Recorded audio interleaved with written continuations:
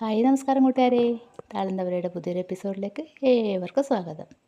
ഇന്ന് ഞാൻ ഉണ്ടാക്കിയ ഒരു കറി എന്താണെന്ന് കണ്ടില്ലേ? ഇതാണ് കോവയ്ക്ക കൊണ്ടൊരു റോസ്റ്റ്. നല്ല അടിപൊളി ടേസ്റ്റുള്ളൊരു കോവയ്ക്ക റോസ്റ്റാണ്. ഇത് നമ്മൾ തന്നെ പറമ്പിൽ നിന്ന് പറിച്ചെടുത്ത കോവയ്ക്കും കൂടി ആയതുകൊണ്ട് രുചി കുറച്ചും കൂടി കൂടും. അപ്പോൾ നമുക്ക് പോയാലോ? റോസ്റ്റിൻ്റെ കോവയ്ക്ക ഞാൻ പറിച്ചെടുത്തിട്ടുണ്ട്. ഇതൊന്ന് നന്നായി കഴുകിയെടുത്തതിന് ശേഷം രണ്ട് സൈഡും മുറിച്ചിട്ട് നമുക്ക് ഇതിനൊന്ന് ചതച്ചെടുക്കണം. മുറിച്ചെടുക്കുന്നതല്ല, ചതച്ചെടുക്കുന്നതാണ്. അപ്പോൾ ഞാൻ അത് ചെയ്തിട്ട് വരാം. അപ്പോൾ അങ്ങനെ നമ്മൾ കോവയ്ക്ക ചതച്ചെടുത്തിട്ടുണ്ട്, കണ്ടില്ലേ? ഇത് കണക്ക് ചതച്ചെടുക്കാം. അതിൻ്റെ അപ്പുറം ഒരു സവാള ചെറുതായി കൊത്തി അരിഞ്ഞതാണ്. അതിൻ്റെ അപ്പുറം ഒരു 5 വെളുത്തുള്ളിയും കൂടി അരിഞ്ഞ് വെച്ചിട്ടുണ്ട്. അപ്പോൾ നമുക്ക് പിന്നെ ഇതിൻ്റെ അപ്പുറം മഞ്ഞൾപ്പൊടി, മുളക് പൊടി, ഇത്രയും സാധനമാണ് ഇനി എടുത്തിട്ടുള്ളത്. ഇനിയിപ്പോൾ നമുക്ക് കോവയ്ക്ക ഫ്രൈ ചെയ്തെടുക്കാനുള്ള ഒരു പാൻ അടുപ്പത്ത് വെച്ചിട്ടുണ്ട്. അതിലൊരു 2 സ്പൂൺ വരെ എണ്ണ ഒഴിച്ച് കൊടുത്തതിന് ശേഷം കുറച്ചും കടുക് ഇട്ട് കൊടുത്തിട്ടുണ്ട്. അത് പൊട്ടി വരുമ്പോൾ നമുക്ക്, ഇപ്പോൾ തീ സിമ്മിൽ വെച്ചിട്ടാണുള്ളത്, ഒരു 3 വറ്റൽമുളകും കൂടി മുറിച്ചെടുത്തിട്ടിട്ടുണ്ട്. അതൊന്ന് നന്നായി വരണ്ടി വരുന്ന സമയത്ത് നമുക്ക് അതിലേക്ക് കറിവേപ്പിലയും കൂടി ചേർത്ത് കൊടുക്കാം. തീ സിമ്മിൽ വെച്ചിട്ട് തന്നെ ഇത് ചെയ്യണം, മറ്റേ പെട്ടെന്ന് കരിഞ്ഞു പോകുന്നത്. അപ്പോൾ ഇതൊന്ന് കറിവേപ്പിലയും കൂടി ഒന്ന് മൂത്ത് വരുന്നതിന് ശേഷം നമ്മൾ വെളുത്തുള്ളി അരിഞ്ഞ് വെച്ചിട്ടുണ്ട്, അതിട്ട് കൊടുക്കാം.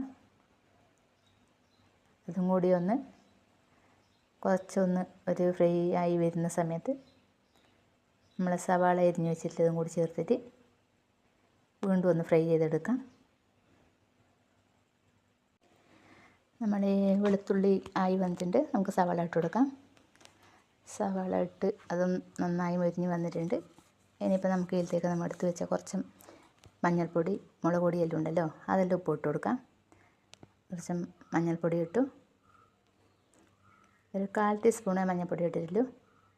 ഒരു 2 സ്പൂണ് മുളക് പൊടി എടുത്ത് വെച്ചിട്ടുണ്ട്. അത് നമ്മുടെ എരിവിനനുസരിച്ചിട്ട് ഇടാം കേട്ടോ. ഞാനിപ്പോൾ ഇതൊരു 2 സ്പൂണ് മുളക് പൊടി, കാശ്മീരും മറ്റേ പൊടിയും രണ്ടും കൂടി മിക്സ് ആക്കിയത് ഇടാണ്.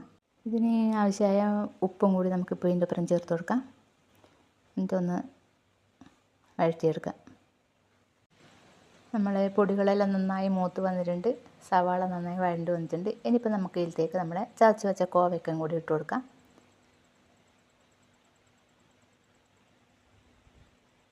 ഇത് നന്നായി മിക്സ് ചെയ്തതിന് ശേഷം നമ്മൾ ഒരു ചെറിയൊരു കഷ്ണം ശർക്കരയും കൂടി ചേർത്തിട്ടുണ്ട്. ഇതിൽ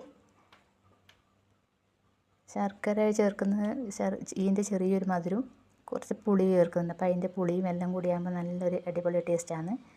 അപ്പോൾ അതിന് വേണ്ടി നമ്മൾ ശർക്കര ഇട്ടിട്ടുണ്ട്. ഇനി കുറച്ച് പുളി പിഴിഞ്ഞ് അതിൻ്റെ നീരെടുത്ത് വെച്ചിട്ടുണ്ട്, ഇതും കൂടി ചേർത്ത് കൊടുക്കാം.